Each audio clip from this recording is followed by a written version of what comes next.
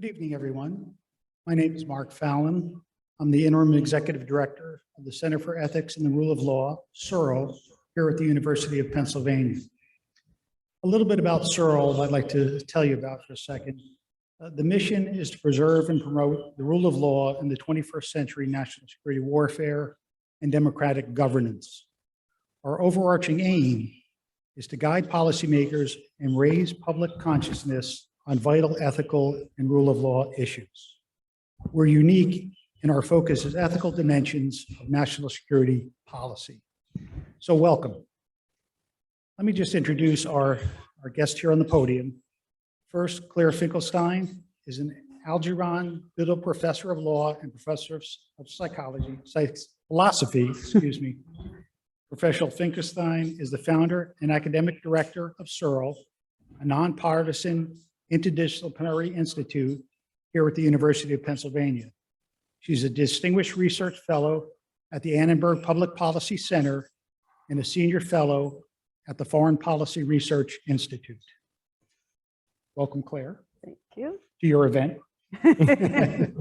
We do have a funny echo here. I don't know whether or not we can, should we pause for a minute while we try to solve this echo problem? I thought in honor of Spencer, this is like Yankee Stadium. Yeah, you just sort of get used to it. Yeah. No, I always worried we'd be an echo chamber here in academia, and that now we literally are. Okay, sounds like that's improving a little. Let me next introduce our guest. Spencer Ackerman has been a national security consultant, correspondent for outlets like the New Republic, Wired, The Guardian, The Daily Beast, and for nearly the entire war of terror. He has reported from the front lines of Afghanistan, Iraq, and Guantanamo Bay, Cuba. He shared in the 2014 Pulitzer Prize for Public Service Journalism and the Edward Snowden NSA leaks, The Guardian series stories that yielded him other awards, including the Scripps Howard Foundation 2014 Award for Public Service Reporting and the 2013 RE Medal for Investigative Reporting. Of course, my favorite story was the bad lieutenant in The Guardian in 2015, and not just because I was in it. Spencer, the Ackerman is the publisher of Forever Wars newsletter on Substack, where he tracks the ongoing course of the war on terror. He lives and is a native of Brooklyn, a diehard Yankee fan, as is his wife and his children. So Spencer, welcome, and I'll turn this stage over to you, Clara. Thank you so much, Mark. And so thrilled to have you here as our interim executive director. And Mark has just started in this capacity. He's been on our advisory council for a little while, and I've worked with Mark for a number of years. So we were very lucky that Mark was able to step up at this moment in time. And Spencer, so fabulous to have you here, and so fabulous to meet you for the first time. I've been a real admirer of your work for a long time, but now more than ever with this incredible book, Reign of Terror. And if you don't have it yet or haven't purchased it yet, we do have some copies here which we cannot sell, but if you for a donation, we can give them to you as a token of our appreciation. We're not booksellers, and the booksellers that we would normally have are not functioning at this COVID time still. However, it's an incredible page turner, a really, really wonderful book, and it's going to lead us to talk about so many different things. So thank you so much, Spencer, for joining us to have this conversation. Well, thank you so much, Claire, to Mark, to CERL, to Penn. I'm a native New Yorker, but somehow I love Philadelphia. I've had so many great times and friends here over the years. So I'm very excited to have this conversation with you. Wonderful. And I should just say that this is the kickoff event to one of our roundtable conferences. As those of you who have followed CERL know, we have 2 large roundtable conferences a year. They're discussion-based, in which we, under Chatham House rules, take on a thorny issue in national security. And this year, our conference is on how to close Guantanamo Bay. Over the summer, I got a bunch of experts together on this topic to consult and to help our student interns from the CERL 2021 internship class work on this problem. And we have produced a joint report that will be coming out mid-January. It's embargoed right now, very long report. And so tomorrow we'll be having a consulting group, and I'm so glad that Spencer will be able to consult on the report and give us feedback. And so be on the lookout for the release of that report. And many of the things that we're going to talk about right now with Spencer are issues that we were grappling with in that report. And perhaps if we had had this conversation earlier, I would have been all straightened out, and the report would be issued by now. But and so let's first sort of talk about the broad arc of the book before we get into some of the details that I want to ask you about. And the subtitle of the book kind of says that broad arc very clearly, which is how the 9/11 era destabilized America and produced Trump.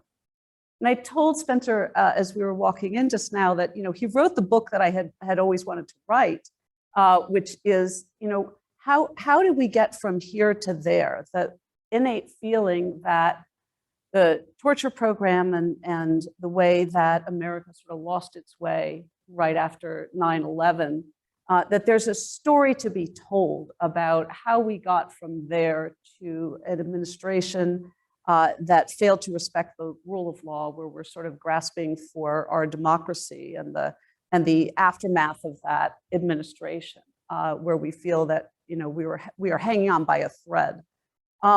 But it's not easy to trace the connections. So one of the things that you do in this book that's so meaningful to me is you really sort of show that long arc and encapsulate it in the idea that we're not really just fighting foreign terrorists here. What's really going on is we're fighting things in our own society. So maybe you want to sort of give us the broad arc before we jump into some of the details. Sure. So Claire sums up the arc of the book very ably. It is an examination told narratively and not polemically, drawing on my 20 years of reporting on this, that shows, I hope organically, that a lot of the forces that were so prominently displayed during the Trump administration, as well as the personalities, and in many cases, the interests, were present and accelerated after 9/11. I mean to situate the war on terror in a broader historical context, which is to say, some of the reasons the war on terror took the shape that it took and utilized the tools that it utilized was because of the deep American heritage of these practices and these tools. And so I see in the course of reporting for so long on the war on terror, kind of something that very often the people I would speak with as sources wouldn't, particularly if they came from the intelligence agencies, the military, the broader law enforcement agencies, the Homeland Security apparatus, and so forth, sometimes either wouldn't see or had difficulty conceptualizing, which is to say that as a reporter, I also had to report on the politics, both nationally and locally, of the war on terror. And so you would see just this enormous disconnect, for instance, in the way that generals, directors of intelligence agencies, and politicians that supported them would describe what the war on terror, both operationally and conceptually, as first this struggle for freedom, this effort that could galvanize a country. You often heard the rhetoric of obligation out of a kind of JFK pantomime at the start of the war, and then through on a more tempered view about this being a tragic necessity brought about by any number of reasons that they would sort of fumble through in order to avoid saying, because America is exceptionally culpable in fueling the behavior that now it goes forth to confront. And hearing that sort of routine conceptualization of the apparatus, I would also be reporting on what the apparatus looked like in practice, which is to say, reporting on, as I've recently done, a neighborhood in Brooklyn very close to where I live called Little Pakistan, where after 9/11, something like 15,000, an estimated 15,000 working class Pakistani immigrant and first generation residents simply fled to Canada because of the intrusive way that law enforcement, the FBI, the NYPD, what was then INS, would round them up and take them to a prison in Sunset Park, Brooklyn, where they would be held indefinitely, and their families wouldn't always know where they were, and so forth. And this sort of template not only repeats itself throughout the war on terror, but so does that disconnect between the practitioners, and particularly those that style themselves non-political practitioners of the war on terror, from this broader effect of what the war on terror is like as a lived experience when you are on the other side of the gun. So what is the story that you tell, if you can sort of explain this? And I have some wonderful quotes here from you about basically how the war at terror was always fought at home. That's right. Okay. And so what does that mean exactly? Because that's not the way that we tend to think of it. That's not how we've lived it. The story obviously is that we have foreign terrorists who attacked us, and we're at war abroad. And yes, we don't like that it's a forever war and that we can't seem to get out, and we've messed up a lot of things, but it all seems about abroad, right? So how is it that we're fighting a war at terror at home? What does that mean? So let's back up for a moment and define the war on terror. Very often, particularly we've seen this with the Afghanistan withdrawal, the war on terror is defined by politicians, journalists, practitioners, academics, and so forth, as the wars in Iraq and Afghanistan, a very literal definition of wars that lasted in various forms from then to now. But that's not what the war on terror is. Those are aspects of the war on terror.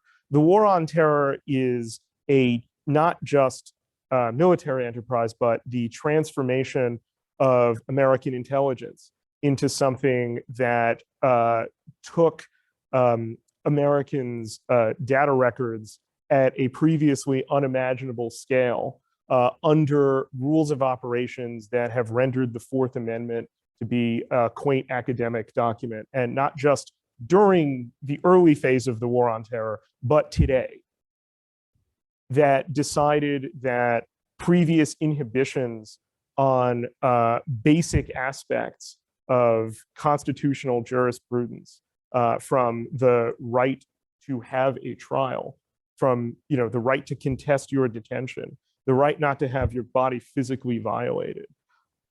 That is what intelligence became after 9/11. The NYPD hires a former senior CIA official who then succumbs serving CIA officials, and constructs in New York City, the country's largest police department, a secret police that penetrates by design Muslim neighborhoods in New York, not out of any suspicion of any crime, as described in their own internal documents, but to be what the head of its intelligence division called rakers, to just rake up the coals of what these communities might lurk underneath a kind of ashy ember. Of course, what he's talking about is penetrating people's places of worship, tracking their businesses, tracking what they say, constructing through legal frameworks like the Patriot Act, what the philosopher Giorgio Agamben describes as a state of exception, which is to say a quasi-legal apparatus of state persecution that has the cover of law because it has the operational benefit of respectability, that the political elites and the security elites agree to do this thing and call it lawful. Justified all of it, to say nothing of the criminalization of immigration, which takes off after 9/11 in a way that defines the American open society as a security threat. To bring it to Trump kind of prematurely, we can see one of the architects of doing this at the Department of Justice at the time is someone we'll come to know under the emanations of the Trump coterie, Chris Kobach. Before Chris Kobach was a right-wing firebrand and architect of voter suppression, he was John Ashcroft's immigration advisor at the Department of Justice. And all of these long-standing desires on the right to harden the American immigration system so it would maximize its cruelty and deter non-white people from immigrating would be in effect. And that is what the war on terror at its start was, justified frequently, if not characteristically, by lies, by deceptions, both large and small, from the CIA defining torture as some non-torturous thing called enhanced interrogation, from the NSA describing warrantless bulk surveillance on all of your data, particularly international communications, as the terrorist surveillance program, defining remote assassinations, often of anonymous people, which we call drone strikes, they call targeted killing. All of this weakening of the rule of law, fueling of a nativist sentiment emerges, or I shouldn't say emerges, but reemerges, because fundamentally at the heart of the war on terror is a euphemism about who it's aimed against.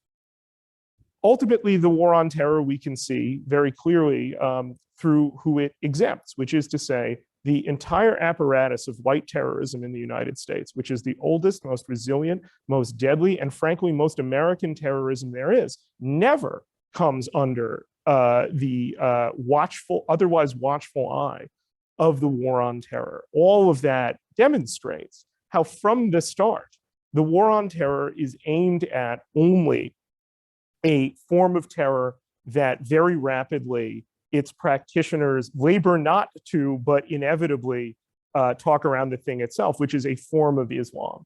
And then for a very long time, elite figures, all of whom non-Islamic, debate kind of the boundaries of how large and how small that pool is and what that ultimately licenses. Ultimately, there is no reason for the war on terror, as we see from FBI operations, from NSA operations that reach through the FBI into Muslim American leaders and activists in this country. There is no reason the war on terror can give to distinguish its targets, once defined civilizationally, as overseas or at home. And that has been the lived experience of millions of Americans throughout this past 20-year period. It was bound to yield a figure like Trump because of what it is at the heart. So that's incredibly fascinating. And one of the things that is somewhat shocking with the way you start the book is you start the book with the Oklahoma City bombing. And I sort of, I've always thought about that in terms of legal frameworks. And I thought, well, had Timothy McVeigh done what he did post 9/11, maybe we would have branded him a terrorist. And look how much our legal apparatus changed for dealing with domestic attacks. And your point is, no, he would never have been a terrorist because it wasn't that kind of, he would always have been under the auspices of law enforcement, except that at the end of the story, in effect, what happens to the parameters around law enforcement is also affected by the fact that we're sort of switching frameworks as we start to, fight the war on terror, and what happens to the boundaries between our military operations and our law enforcement operations is a critical part of the story, I think. Indeed, and among the things we see from starting with Oklahoma City, like I mentioned, who the war on terror excludes. Timothy McVeigh is a fascinating case because the response to Timothy McVeigh is to pass a law that presages the Patriot Act, called the Anti-Terrorism and Effective Death Penalty Act. The principal legislation after the Oklahoma City bombing has literally nothing to do with white supremacist terrorism in the United States. It's expansions of what lawyers call material support, prosecutorial and investigative power, which is to say, the deeper that law enforcement can look, the further out from an act of violence, it can look at webs of association, provided their material, providing money, providing, manpower, something like that, certainly financial. All of that is by design directed overseas. There is no, as many people have said, domestic terrorism statute. I don't think there should be one. But the point is that that isn't really the heart of the story. That's the indicator of the story. That's the symptom of what's happening structurally, which is to say that, as has been the case throughout the entirety of American history, white violence, violence predicated on enforcing the extant American social order, is not seen the same way as certainly political violence by any other constituency. And the war on terror reproduces that in spades. What I am saying in so many words is that the war on terror is structurally racist, because it is. Nothing that happens after January 6th is going to change that. To attempt to apply the tools of the war on terror against a white supremacist infrastructure in the United States is entirely a dead letter. It's a terrible idea, because one of the things we ought to have learned from the past 20 years is that you cannot solve a political problem with a security solution. That's what I see sort of happening in Washington right now, where people who commit an act of violence ought to pay for that violence.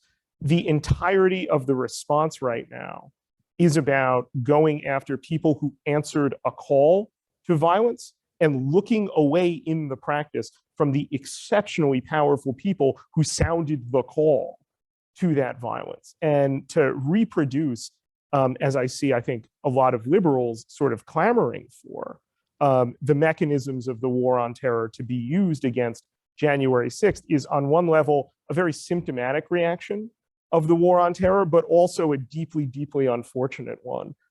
You can just see, for instance, as you mentioned, how many people within the military and within law enforcement circles are sympathetic, if not necessarily to January 6th, but to the broader apparatus of politics that symbolizes all of this going to be securitized as a response, or is there actually going to be a political response? The only durable response there can be within a democracy as fractious as this one. Right. So let's go to the torture program and sort of what happened immediately after 9/11 and the designation of detainees who were bringing in as unprivileged belligerents or unlawful combatants, which sort of put them in this legal never land, right? I mean, they were not POWs, they were not criminals. They were in this uncharted territory in a place that was sort of the legal equivalent to the moon, in Guantanamo, which is intentionally a lawless zone. And now we have, Biden declaring that the forever wars have ended. We have pulled our troops out of Afghanistan. And what has happened? Guantanamo is still continuing, and there were 39 detainees still there, and many of whom have been tortured. Only 10, I think, of whom are before the commissions and awaiting trial or sentencing or at various stages, and many of whom are there who have never been charged. So tell us the story of, why is it that we are still hanging on to this designation?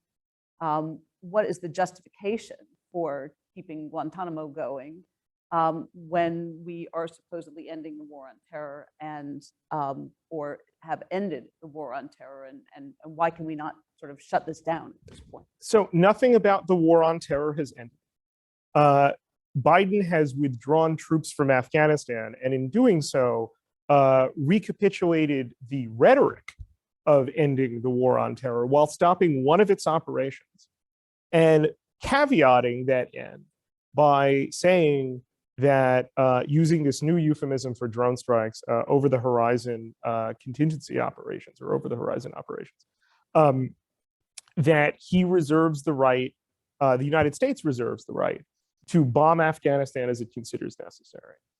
That is one operation of the constellation of operations that are the war on terror, to say nothing of the institutions, to include the Department of Homeland Security, that the war on terror created and embodies. To use the language of ending the war on terror while substantively contributing so parsimoniously to its abolition, I think counts as deceit. I think it counts as another example of the ways in which the permanence of this apparatus, the way at which it is simply becoming normalized, another predecessor and lesson about Trump, just simply embedded into the architecture of what the American, particularly security state is. That is the way in which it has operated for so long. Think about Barack Obama using the same sort of, very often, from my perspective, correct arguments about the dangers of allowing, as he would put it, a war to continue indefinitely while allowing a war to continue indefinitely. And again, not simply the actual military operations that comprise a war, but all of the authorities, from the 2001 authorization to use military force, which is a global blank check for military and, of course, then heralded entailed operations, to the Patriot Act, to the existence of the Department of Homeland Security, to the FISA Amendments Act that legalized bulk warrantless surveillance by the NSA. I could go on and on and on. All of these things still remain in a great deal because of the basic both political fear and political appetite, particularly on the right, for continuing a war that exists as a civilizational enterprise. So when you treat your operations as exceptional, right? Because we were in an emergency situation, 9/11 has just happened. So we need to write, first of all, the 2001 AUMF, as you say, a blank check to the president. Congress, there was only one member of Congress who opposed this, I think famously Barbara Lee, right? And otherwise, all the rest of Congress happy to turn over this authorization to the president. And now we see the Biden administration and Blinken recently emphasized this. They do not want to give up the 2001 AUMF. The chances of it being voted down by Congress are just about nil, especially in the Senate. But the administration could declare it a dead letter, right? And say, the forever war is ended. We no longer need the 2001 AUMF. It is time to consider that instrument finished. Congress put no geographical and no time restriction on that instrument. And the detention authority, the authority to continue to keep detainees who have not been charged at Guantanamo, is, I take it, basically traced to the 2001 AUMF. Just because Biden withdrew from Afghanistan, it doesn't have anything to do with the repeal of any or end of any claim detention authority. I was telling Claire, as far back as 2014, when Barack Obama, for the first time, declared that the Afghanistan war was over, I asked the administration, well, how does this, impact Guantanamo Bay? Does this mean that you are obligated and you see yourself as obligated to empty the prison and renounce indefinite detention? It will surprise no one here to learn that the answer was no. And similarly, the Biden administration, it continues this kind of Augustinian position that Democratic administrations and people in the Democratic orbit like to take, which is like, oh, of course, Guantanamo is very bad, but we don't want to close it right yet. Lord, let me be chaste, but not in this moment. And Biden has a rhetorical commitment inherited from his time in the Obama administration to closing it, and none of the apparatus that the Obama administration, not successfully and certainly belatedly, but at least put into place in order to do that. It seeks to have essentially attrition, which many of us will note will simply be people dying at Guantanamo, do the job for them. And I want to also emphasize two more points about this. The political fear that keeps Guantanamo open is the exact same political fear that keeps the war on terror going. Only when that fear allows people to openly champion total abolition to the war on terror, I believe, will be sufficient to actually close Guantanamo, because the incentives are just too great to challenge that fear otherwise, to avoid challenging that fear otherwise, which is what you see from the Biden administration. And then just secondly, throughout the course of reporting, look, we've had more of the war on terror since Barack Obama was elected, after Barack Obama was elected than before. And I can remember from reporting on a lot of those military operations, hearing commanders and intelligence officials backing up those commanders saying that, like, we need a place to put these people, given that you keep ordering us to conduct raids and so forth. This, of course, under Barack Obama led to a tremendous amount of killing people in substitution. But eventually, this pressure that the war on terror creates will eventually persuade some president to say, okay, put them back in Guantanamo. Eventually, this will happen. This is, unless Guantanamo is actually closed, this is a Chekhov's gun. And closing Guantanamo will not end the thing itself. Only when an administration illegalizes the practice of indefinite detention, which sounds insane because you would think there's a constitution that literally says you can't do that. But unless you actually break the tools, which is to say the authorization, then you can recapitulate Guantanamo Bay anywhere else on the planet, including inside the United States. And so it's the story of the slow replacement of constitutional rights and constitutional guarantees with this other body of law, dare I say law, but this other way of thinking about entitlements and rights in which basically there aren't any. Lawishness, right, with a bunch of justifications and rationale and so on, but this sort of steady ebbing away of the shrinking of the domain in which constitutional rights apply. That might be one way of putting it. That's right. And as we have gone throughout the past 20 years, the turns of the ratchet have expanded that domain to more and more people. And that's how you get a circumstance where when one of, in fact, by some estimates, the largest single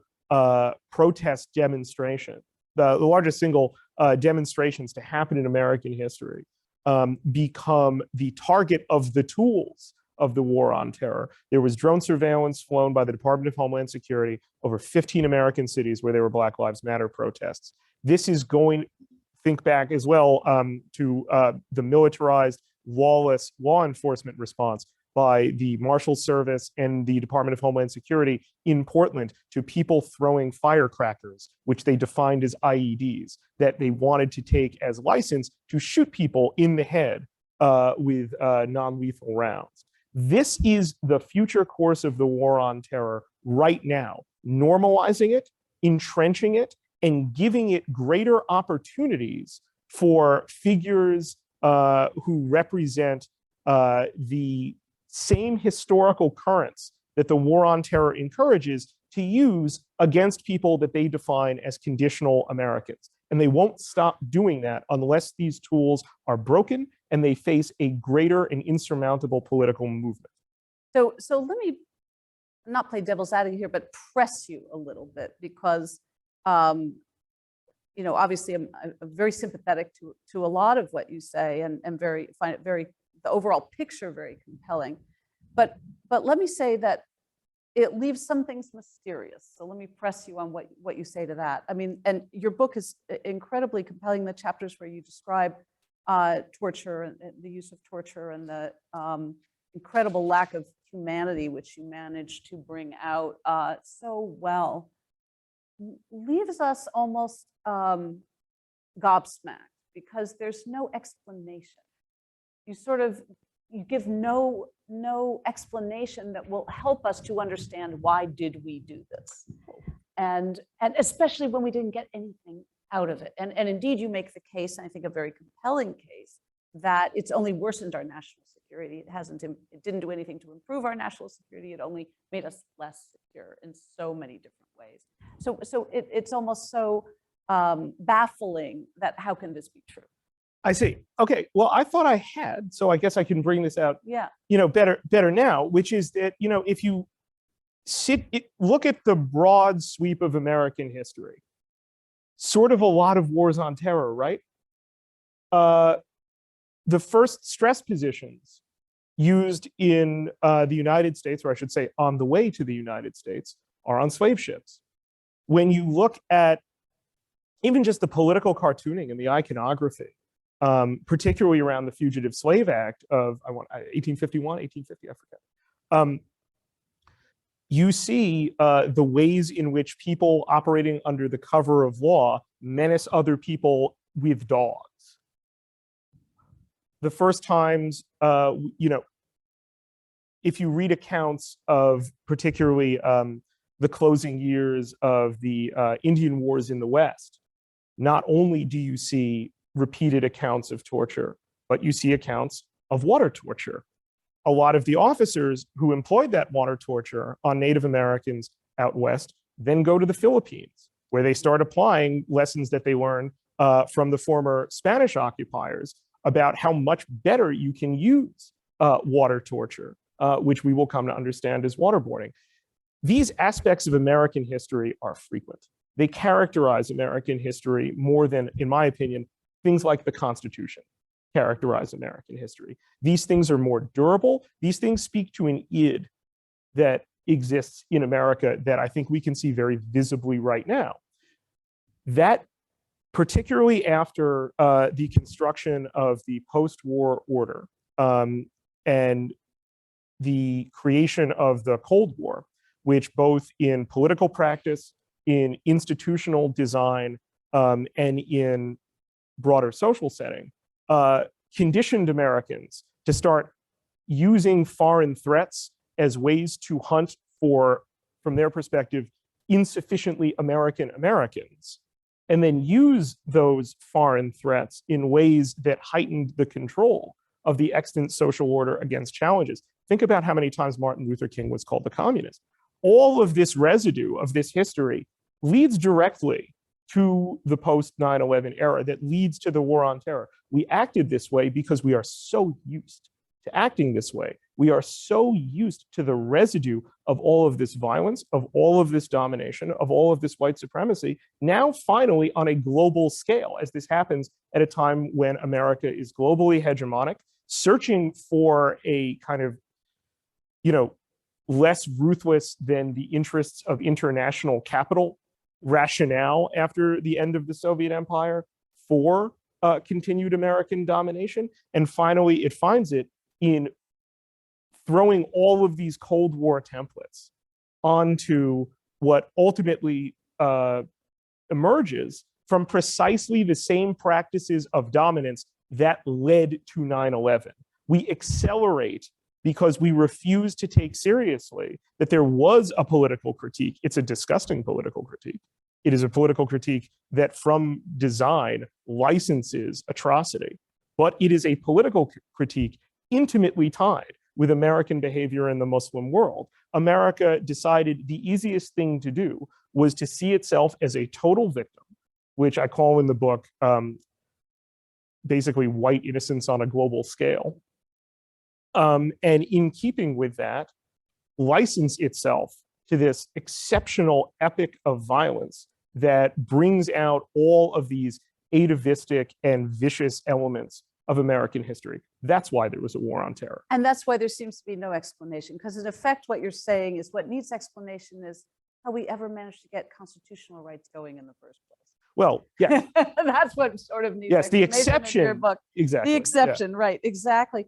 Let's talk about, you wrote a really interesting piece, a couple of interesting pieces about two detainees following the pullout from of our troops from Afghanistan. Asadullah Harun Ghul and another one, I'm sorry, Mohammed Rahman, both of whom are originally from Afghanistan, picked up in the war on terror. Neither one has been charged, so neither one is in the commission system, and both are currently detainees in Guantanamo.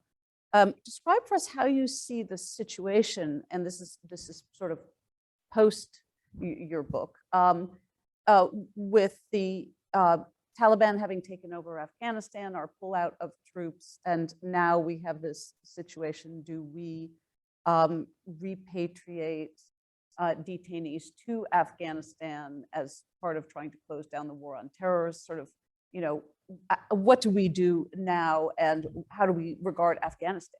That's right. And this is a helpful test case for kind of demonstrating the persistence of the war on terror. It is. I think once you frame the question like this, like the answer seems kind of obvious.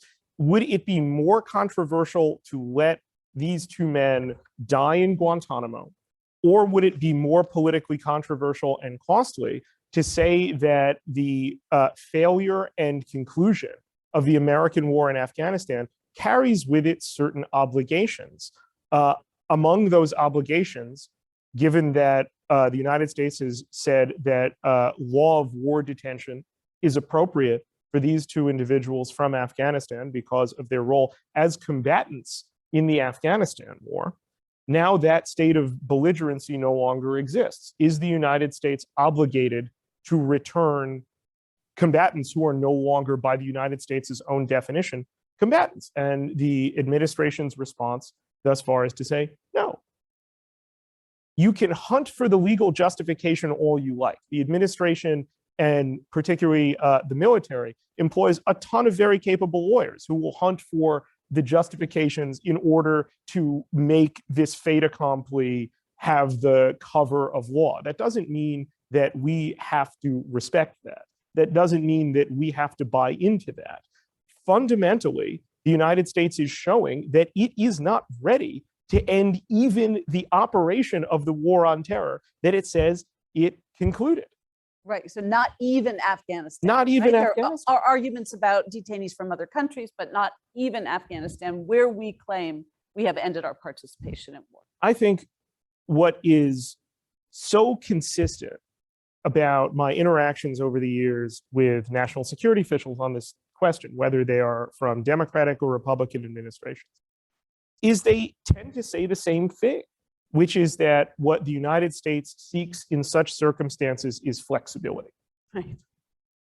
Now, what are we really saying when we hear people with the power to cage people indefinitely talking about flexibility? They mean impunity. They mean the ability to do this with no greater force stopping them, and that more valuable to them than the fates of these two individuals is not having an outside force stop them from something like this. Impunity, as we have seen in so many different areas of American politics and economics and broader society, is a way of life. It is a very consonant way of life for a country used to seeing itself as exceptional. So one of the things that you touch on in the book, but I'd like to hear more thoughts about, is the issue of accountability. Because, and we had a conversation about this yesterday, such an important topic. So there has been no accountability for torture. We have in part Obama to thank for that, who decided in 2009 that there would be no accountability, that anyone who was following the Office of Legal Counsel memos would be immune from any prosecution, but also those who crafted those memos and those who put the torture program in place and who provided the justification for it that immunized them and that Obama used to do that. Did Obama make a mistake? An enormous mistake, and a symptom of the broader mistake of his administration, which is continuing the war on terror. Outside, and this is despite the portrayal of him from the right, but outside of the Iraq War and outside of CIA black site torture, Obama was an abolitionist about none of the war on terror. He expanded it into vastly new frontiers. He waged what I think by any rigorous definition is an illegal war in Libya. The idea of Barack Obama as having a legacy that is somehow not intimately tied to the war on terror is just simply one that doesn't survive scrutiny. Obama made several mistakes when it came to handling torture. the primary mistake, from my perspective, was opposing a Truth and Reconciliation Commission that would have been empowered to look at, this was something that Senator Leahy wanted, for instance, a dead letter, it probably would never have happened, but that wanted to look not only at those people who carried out, who inflicted the torture, but on those who ordered the torture, who manipulated the law in order to entrench the torture, and so on. And by opposing even the most basic accountability for torture, and only waging vigorous fights over torture, frankly, on the side of the CIA, as happened when the Senate Intelligence Committee investigated torture and found that in covering up torture, the CIA had quite an energetic ally in the Obama White House, that fundamentally this led to outcomes like an actual CIA torturer becoming the director of the CIA in Gina Haspel. And you'll remember when Haspel had her confirmation hearings, she said, torture used to be legal and now it's not legal. And this is why I can promise you it will never come back on my watch, because now it's illegal. Every single act the CIA committed was just as illegal, like on 9/11 and on 9/12, as it was ever since. It doesn't take Dianne Feinstein and John McCain passing the 2015 NDAA amendment to ban the CIA from engaging in this stuff. It was always illegal. The issue is that the administration found lawyers who were willing to act like consiglieres. There will be more of these. They will not just be in the Republican Party. You look at Barack Obama's Office of Legal Counsel, the ways in which people who were exceptionally harsh on Bush's Office of Legal Counsel found ways to tell Barack Obama that he could execute an American citizen without trial in a drone strike, really underscores the way in which impunity is a way of life. The world would look, there are so many thought experiments you can do. Right. But imagine Obama had approached this differently. Imagine there had been, Nuremberg style trials. Imagine there had been full accountability and so on and so forth. So how would the world be different? Well, that, I think, I want to equivocate a little on whether history definitively shows this, but certainly many aspects of history demonstrate that unless people who are inclined to violate the Constitution at scale, to torture other human beings, and the like, face actual reprisal, criminal reprisal, political reprisal, social reprisal, not just, down the line, they're going to do this again. There's no accountability for January 6th. There will be another coup. It might look more like the Eastman coup, where the lawyers figure out how to overturn an election, but the threat of street violence won't be far from everyone's sensibilities when this happens. Only when a larger and more obstinate political force imposes consequences on this, on people like this, is there any hope of this not happening again? It is so amazing that it takes like vigorous argumentation to make this point, when it's a point that every police officer immediately accepts, for every Black person, that the media will endlessly recycle as a kind of baseline sensibility of who law enforcement is for, who the law must protect, who the law must excuse, who the law must persecute. The difference is that we are seeing in this, as in so many ways, that we're seeing in the United States, but certainly over the war on terror, the consequences of elite impunity just carry so much greater gravity than powerless people experiencing quote unquote and impunity. particular governmental crimes passing over with impunity. And Quite. that's a special category. It's not just, sort of Martha Stewart and so on. It's who actually went to prison, but it's people in office. Yeah. And so And so now we have this sort of deja vu all over again, because we have a Justice Department that is fairly weak when it comes to accountability, shall we say. At least at the moment, it doesn't look like Merrick Garland has much of an appetite for really investigating, really prosecuting. There have been very light plea deals for those who were involved in the attack on the Capitol building. The administration has sided on a number of matters with the Trump administration, though there has been sort of progressive declassification. There's been a commitment to declassify a number of documents for the 9/11 families having to do with Saudi Arabia, but I think that hasn't happened yet, to the best of my knowledge. Some memos from the Office of Legal Counsel have been declassified, but not that many, and the administration fought some of it.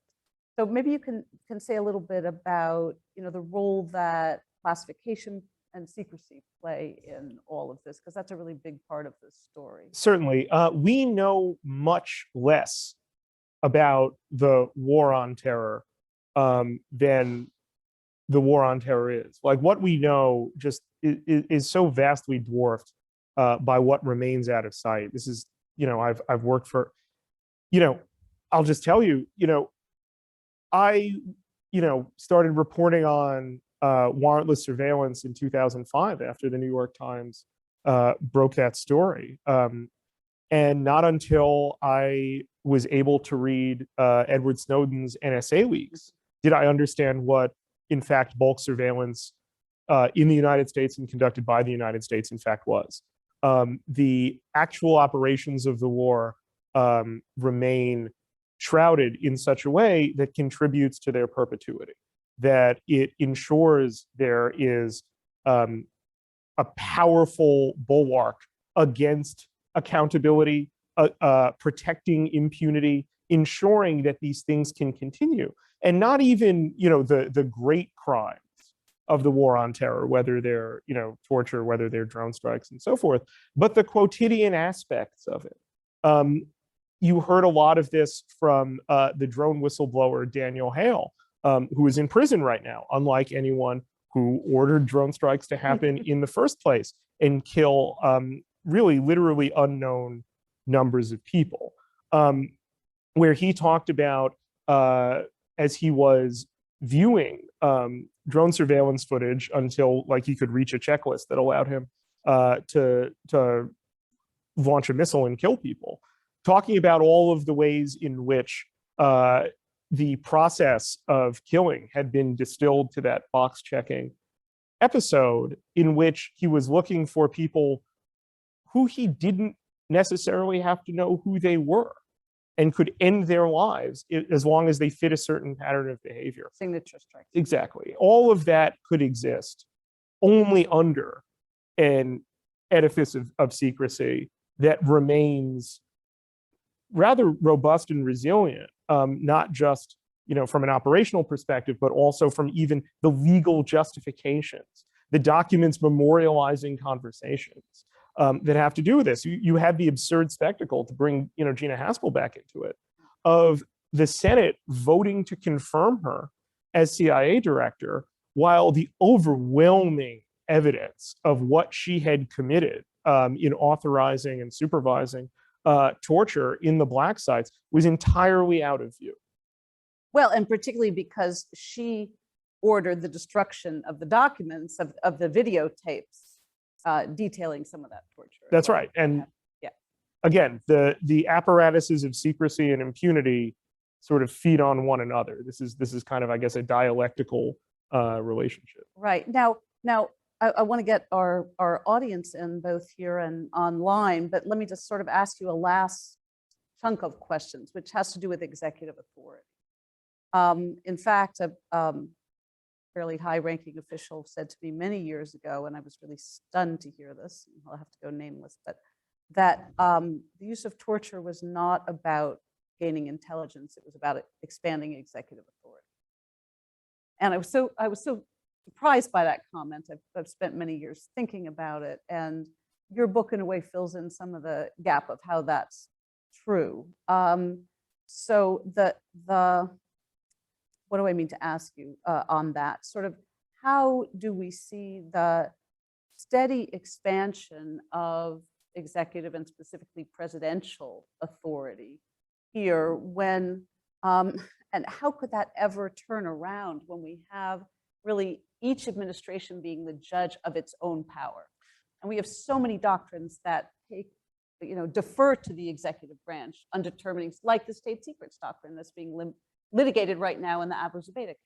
So, I mean, one thing that happens, I think you can really mark this moment specifically to the passage of the 2001 AUMF, but the war on terror, certainly not the only thing it is building on existent currents in American history, but transforms the president into an elected king. And, you saw that literally from the start. Like John Yoo at the Justice Department in the days after 9/11 wrote memoranda arguing for this as a virtue, that the indefinition of the war on terror was valuable from the perspective of this project, of enlarging the constitutional, as he would see it, sphere of the presidency to act in ways that he would argue do not exist outside of a state of war. And so ultimately perpetuating this war allows the presidency, regardless of its occupant, to retain a tremendous amount of authorities to functionally have a rewritten relationship with the citizenry. And it's exceptionally difficult, for reasons instantly recognizable to every single person who wrote the Federalist Papers, to imagine a circumstance in which presidents divest themselves of these authorities. They have to be made to divest themselves. No president's going to say, I want less power. Ever. Right? But the surprising thing is Congress, right? Because Congress doesn't seem to care about ceding all this power to the executive branch. And the courts are surprisingly complicit too in the willingness to just say, yep, the Abu Zubaydah case may be a test of this, but where courts say, you know what, yeah, that's right. You guys get to decide on the scope of your privilege when it comes to asserting state secrets, for example. Yes, and these are ways both quotidian and profound in which the executive branch kind of reigns supreme at this point. Congress doesn't see itself as an independent branch of Congress, as an independent branch of government. It sees its membership sees itself as adjuncts of a presidency or adjuncts of an opposition. It's just a mode of politics structurally that we've entered into that frankly doesn't fit the constitutional model that the model, I should say, that the Constitution established. And here we are, and we have to figure out ways to navigate it. I think that the war on terror represents a profound constitutional emergency that will persist, deepen, and intensify the longer every single one of these authorities and operations persist. And to see the presidency outside that context, I think, is going to distort the ways in which we understand the presidency, and we understand what I would argue is the brittleness of American democracy. That is a great note on which to invite members of our audience in to join the conversation. We'll start with questions from the in-house audience, and then Mark will read some questions from our online audience. So if anybody, Connie, and I think we have a microphone right here. So why don't you grab the mic? Right, and yeah, thank you so much.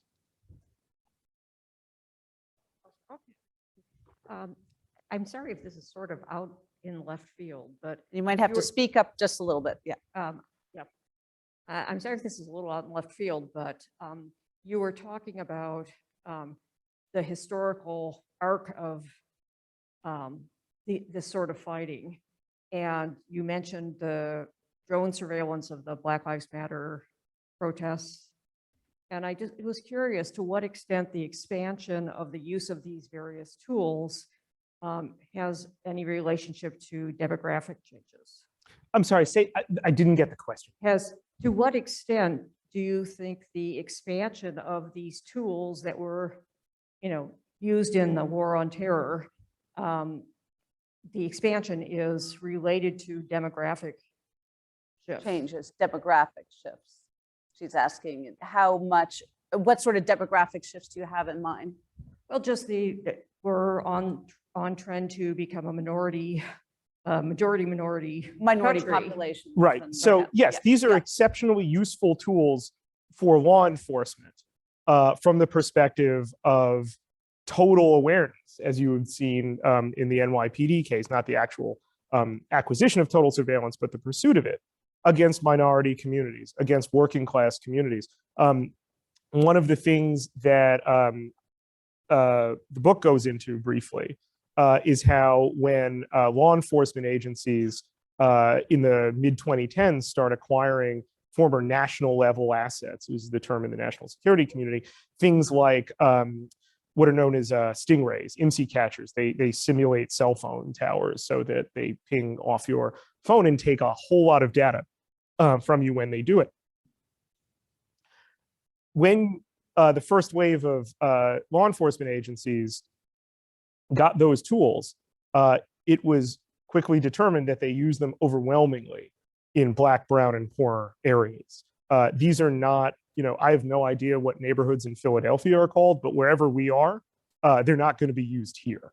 And there will also, precisely for as long as the war on terror persists, continue to be a state-generated market for innovations in such tools, intelligence tools, law enforcement tools, surveillance tools, and so forth.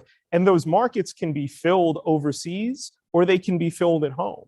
But as long as the war exists, so does that financial incentive. Jules. I was intrigued by your historical analysis as to why we are where we are now. But one element that I was thinking about, I think it's Richard Hofstadter talked about, there's a certain level, if you will, of paranoia in American society. And was wondering if you'd comment on the role that paranoia has played as to where we are now. Thank you so much. It's a wonderful question. I'm not a historian. I just read a lot of history. So the actual historians in the audience can correct me. But the fingerprints of the Cold War are just all over the war on terror, particularly as it relates to not just overseas. One of the before I forget it, another place that CIA torture techniques in the war on terror appear is in the dirty wars in Latin America that the CIA sponsors, Absolutely. and that the military special operations community sponsors and wages. The paranoia over communism, which inside the United States is a paranoia not about communism at all, but a paranoia about capital losing its supremacy in the United States, passes over in template form really exceptionally easily to Islam and to fears of political Islam, to exceptionally historically divorced understandings of political Islam. And that's not a mistake the United States makes alone. In her excellent book, The Apocalypse and the End of History, Susie Schneider argues that the latter day of the last 40 odd years, jihadis make precisely this mistake as well. Your point about paranoia is just all over the war. It is a very useful technique for entrenching the existing social order and beating back fears of challenges to it. You see it manifest in the ways in which when disclosure of elements of the war on terror occur, the intelligence agencies and the military rely on it to push back in order to maintain impunity and stave off accountability. Think about how after the Senate torture report was issued, detailing in a way that we had never gotten before the barbarism practiced by the CIA and licensed by a whole lot of American political culture. The director of the CIA at the time, John Brennan, responded at a press conference to that by narrating the 9/11 attacks for 5 minutes. The clear implication being that pursuit of accountability for the operations of the war on terror, which is to say the people who carried out barbarism, will lead to more I never know if you should say 9/11 or 9/11. But the point is ultimately that the war on terror and the broader apparatus of post-war American global policing kind of can't withstand scrutiny. And that's where paranoia becomes such a powerful weapon. Well, and the interesting thing, of course, is with all the emphasis on declassification these days, the Senate Select Intelligence Committee report is still largely classified. That has not been released. And the other thing is, what we really missed there was a report that never happened, which is a Judiciary Committee report, right? So we had a Senate Armed Services Committee report, we had a Senate Select Intelligence Committee report, but we did not have a Judiciary Committee report. And that's where accountability rubber might have met the road. It's an excellent point. Do we have more questions from our in-home audience? Yes. Spencer, you recently announced on Seth Meyers that you're going to be writing a series for DC Comics based on Amanda Waller. I'm just curious about some aspects of the war on terror that you're curious to explore through a character like that, who doesn't let things like laws and ethics get in the way of her pursuits of what she views as the greater good. So thank you for that from the bottom of my heart. I've been waiting to see what the guy in the Hackslash shirt would have to say. And unfortunately, I'm not probably going to surprise you when I have to plead that like DC will not let me talk about this book yet appropriately. All I can say is like, there's a lot of stuff in this book that like I found myself repeatedly thinking like, in a weird way, sometimes only fiction can really bring out a way of dealing with an event, the recent past or a phenomenon. I think, the best book about the war on terror is a novel by Omar Al-Akkad called American War, which I really hope everyone here will read.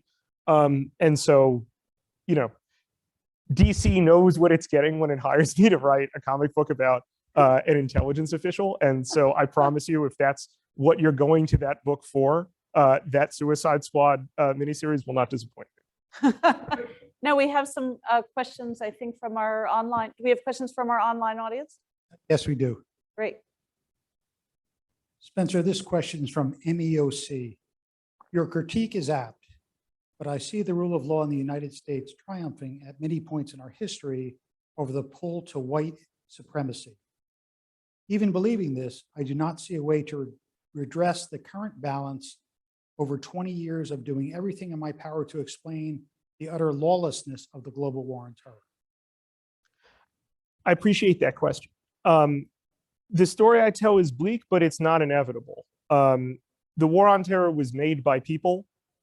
It can be unmade by people. The people are the only thing that will unmake the war on terror. Elite politics will replicate it.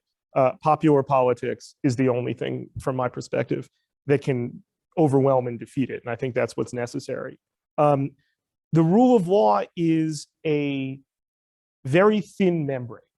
We've seen this again and again throughout American history, as you note in your question, but it can be repaired.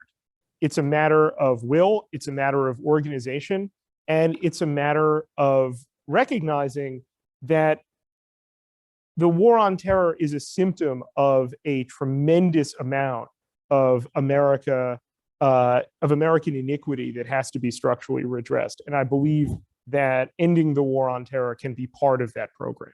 And I think that would be something that gets us back to the state that you talk about in your question about how American history is a story about many things, but among the things that it is also a story about is people fighting to ensure that the spheres of democracy in this country expand to cover greater and greater people.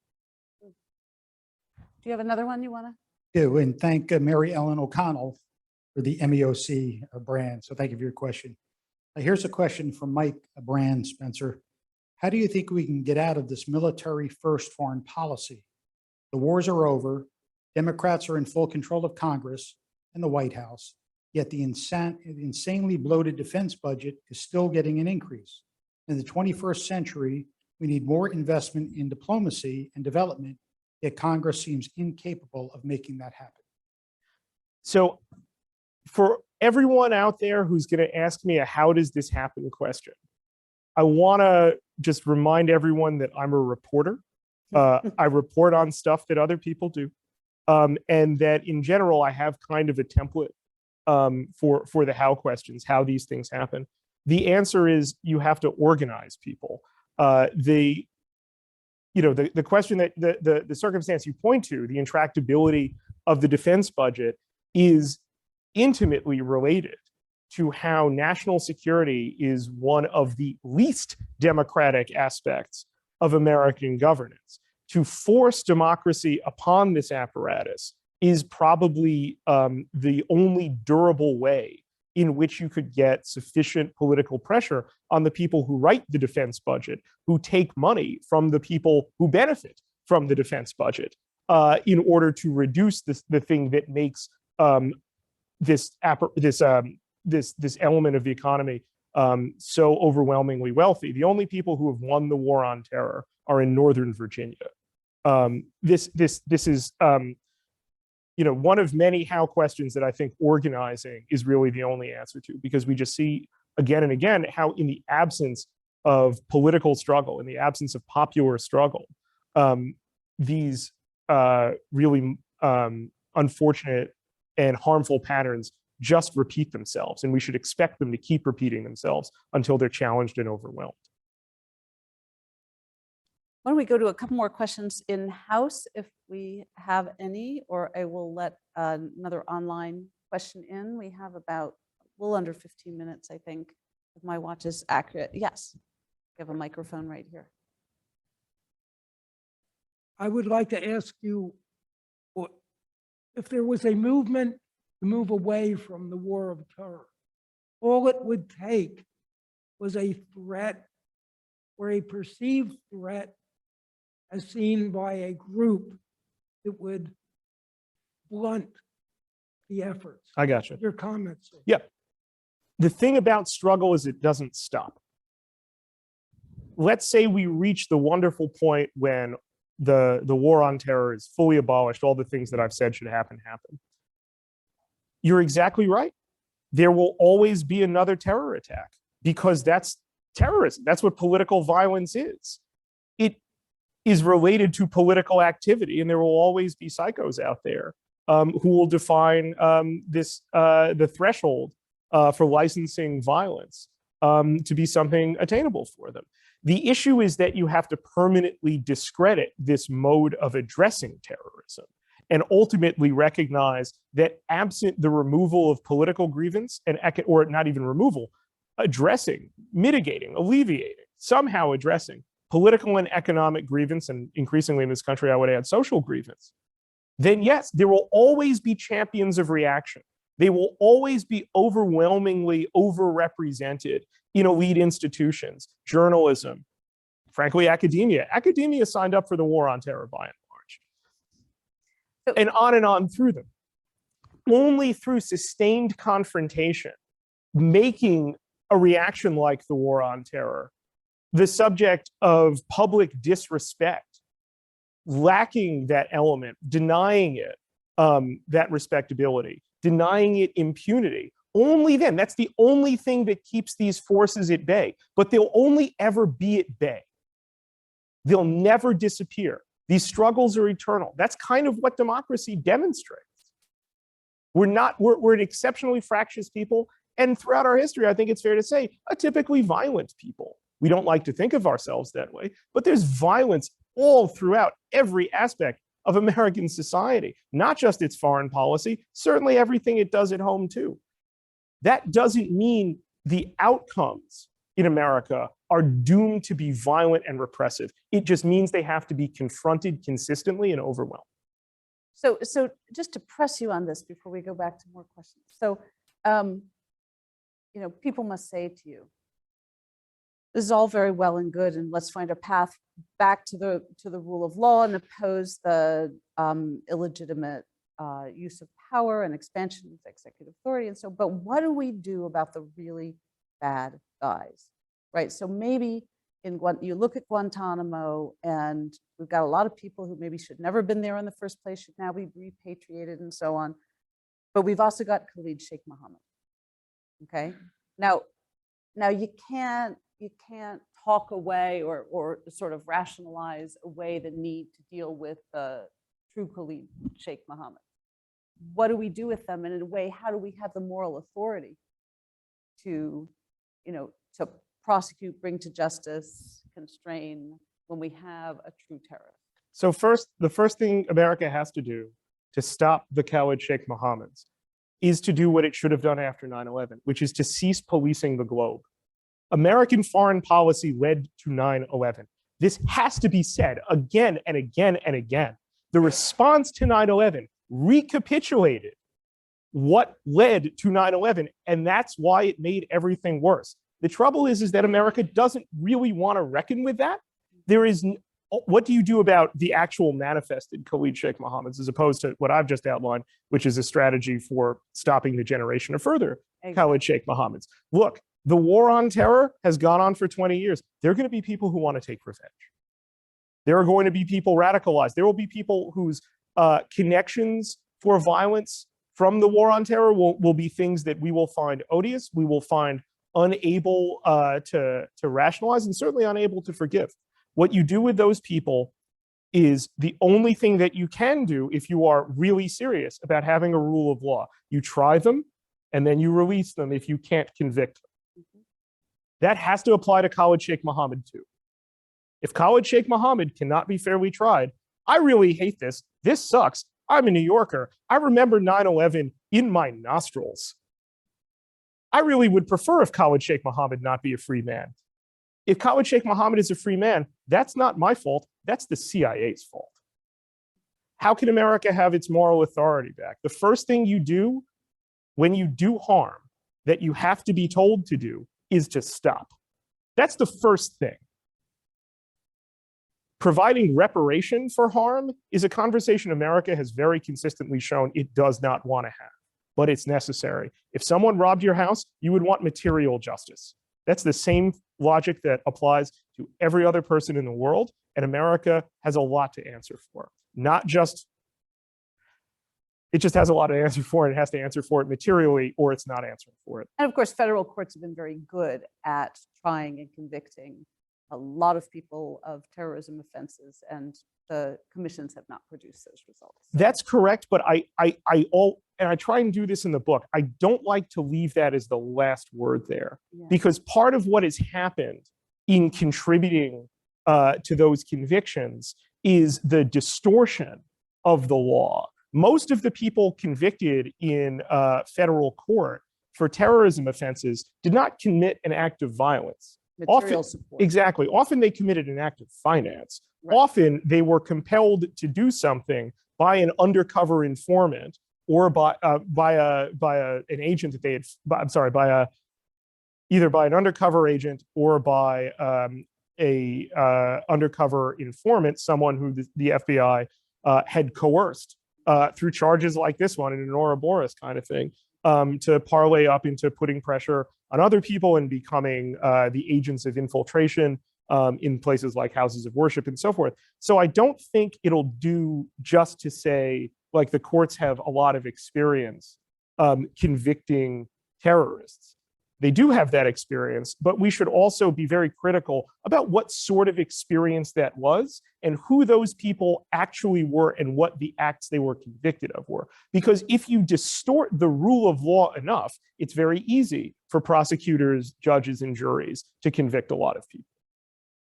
Or you find yourself in a position like we are in the commissions, where you actually can't convict anyone because your own hands are not clean enough to dispense justice. Yeah. Mark, do you have another online one? And then we'll end with an in-house one. I do. And sorry, Isaac Urbani, you asked to expand, but I'm going to hold that in the sake of time, and I'm going to ask anonymous attendees question, which Isaac asked to expand upon. It is very clear how the dismantlement of civil liberties and civil rights and nativism are a thread that runs through the war on terror to Trump. But could you talk about the creation of Trump vis-a-vis the war on terror's destruction of trust in the media and government in both parties, which he so heavily played upon? It's a wonderful question. Did you say this was from an anonymous detainee? Anonymous attendee. Attendee. You've got Okay. detainees on your I mind. thought, really. Okay. Okay. The war on terror is an elite project.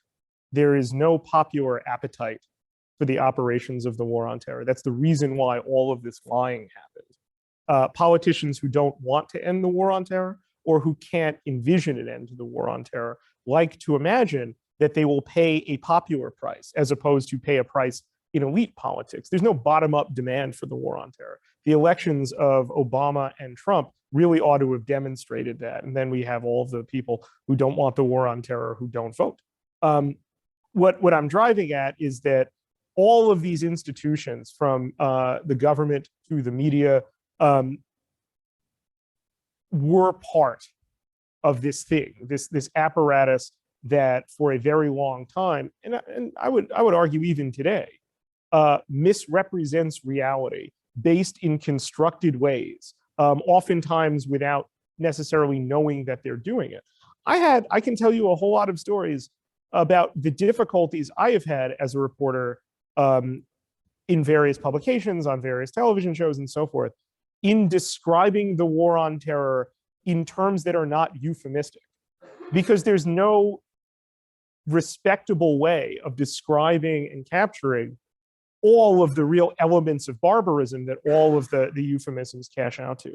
Inevitably, there would be a response from the public to all of the manifested unreality that, like, the Iraq War really exposed, to say that there's no reason to trust these people in positions of authority who have described for us all of this unreality, whether journalistically, politically, and so forth, when we see what the disaster of the wars actually are. We can simply see all of this. That will take left-wing manifestations, it will take right-wing manifestations, but it's a central aspect of the war that it eats that trust because it doesn't deserve to have that trust given the way that it acted. The intelligence community lied to the American public, not just about the Iraq War, about torture, about mass surveillance. There is a reason that, it's almost kind of farcical to see the ways in which that, when the Trump coterie gets in office, they have such a ready-made way to discredit everyone who thinks, well, what we're seeing in front of us from these people is rampant criminality. But that's just, how are you going to trust the same architects of this enterprise that has been so disastrous that you can see before your eyes? And frankly, what we saw from 2015 to the present is that the architects of this thing, who now, both in a political and in a journalistic sense, incline increasingly toward the Democratic coalition, don't have an answer for that. They don't have a way of saying, well, our track record demonstrates that, in fact, we can be trusted, because their track record demonstrates the opposite. Do we have a last question from the House here? Anyone? Going great, Michael. Mr. Ackerman, thank you for your reporting and for this talk tonight. Are there any aspects of the war on terror that are worth keeping because, for example, they're lawful and maybe tactically sound?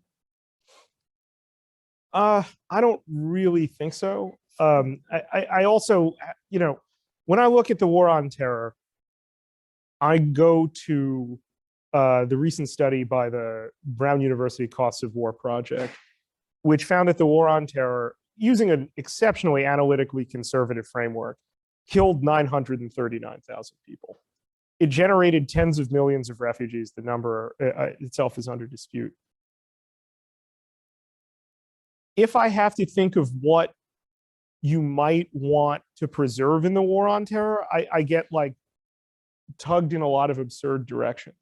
So, like, for instance, the V-shaped hull of a mine-resistant armored protective vehicle, an MRAP from Iraq and then Afghanistan, that's a good design if you want people inside to survive the blast. What I want is the blast not to happen. With that, I'd like to issue a number of thank yous before we thank Spencer. First of all, my deepest gratitude to Perry Worldhouse for hosting us here yet again. We're so glad to be back in person. It's just not the same to be looking at your computer screen, and there's no place I'd rather hold an event than Perry Worldhouse, which is so lovely. Beautiful place to be, and thanks so much to the Perry Worldhouse staff. A very great thank you to the Annenberg Public Policy Center staff for partnering with us on this and helping us so much on this event and on tomorrow's roundtable. As you may know, CERL is now housed in the Annenberg Public Policy Center and in partnership with APPC, and we're so happy to be starting off in our sort of new future for CERL. And thank you so much to my team, the CERL team. And this is our first post-COVID in-person venture, and we have new folks on board. In addition to Mark, our new interim executive director, we have Jen Cohen, who has been incredible, tireless in putting this event together. And thank you so much, Jen, for all you have done. And Ilya Rudiak, who is our senior fellow now with CERL, and someone who has been involved with CERL for many years in many different permutations, board members here, and so happy to see all of you. Finally, I'd like to thank the Middle East Center, who partnered with us on this, co-sponsored this event and tomorrow's events, and we're very happy to be working with the Middle East Center again. And thanks to all of you, and last but not least, Spencer, thank you so much for joining us. We're delighted to have you here. Wonderful. Really great. And I'm told that Spencer would be willing to sign a few books. Normally, we'd be able to offer you cocktails, but we are still in COVID mode. So, you know, we'll give you an IOU for a drink at our very first possibility of having cocktail party. Thank you so much for coming. Thank you so much. Wonderful. That was great. Thank you so much. Thank you. Wonderful talking. Talking for a long I wasn't time. rambling. Not at all. Good, good, good. No. Let's try to kind of do a lot from like overview to specific. Great. No, I flipped questions, so no, that was great. We can take these up. Yes. Perfect.